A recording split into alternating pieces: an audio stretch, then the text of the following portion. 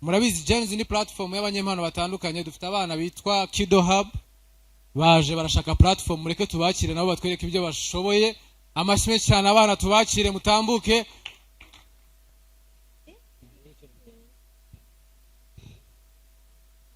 Mwiriwe, nitwa Gahozo wa Vitusi. Afite imana yo kuririmba, afite ubumuga bwo kutabona. Afite indirimbo yitwa Dukundane.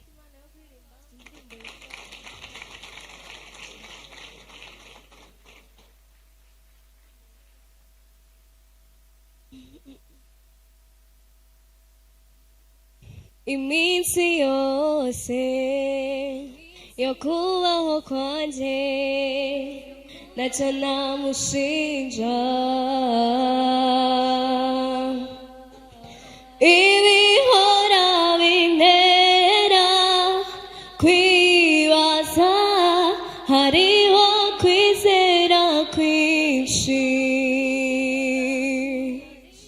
hariho abizera Yesu Kristo umwami n'umukiza wabo, abandi bizera intumwa Muhammadi uwatumwe kuri bo, abizera mu byo babona mu bishushanyo, batikunda mugenzi wawe nk'uko wikunda, n'ibihame byacu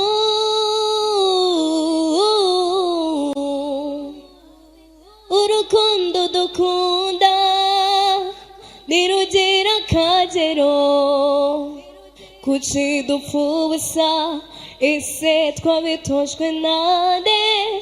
Yesu arabivuga, Muhammad akabivuga, abasenga ibishushanyo nabo barabyemera, batikunda mugenzi wawe nk'uko wikunda, n'ibihame byacu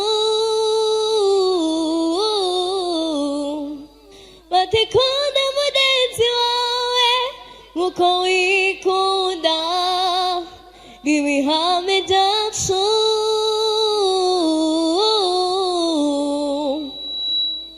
icyamu umunota umwe nkabona mu maso we,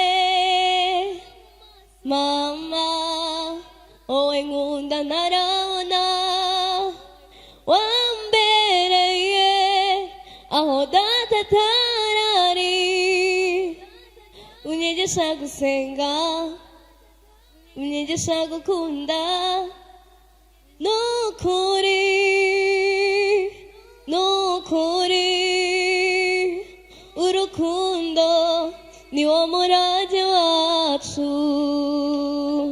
dukundane dukundane, urukundo niwo murage wacu, dukundane dukundane, urukundo niwo murage wacu, urukundo dukunda nirugira akagero, kuki dupfa ubusa, ese twabitojwe nande? Yesu arabivuga, Muhammad akabivuga. Murakoze cyane. Kinga wongera inyana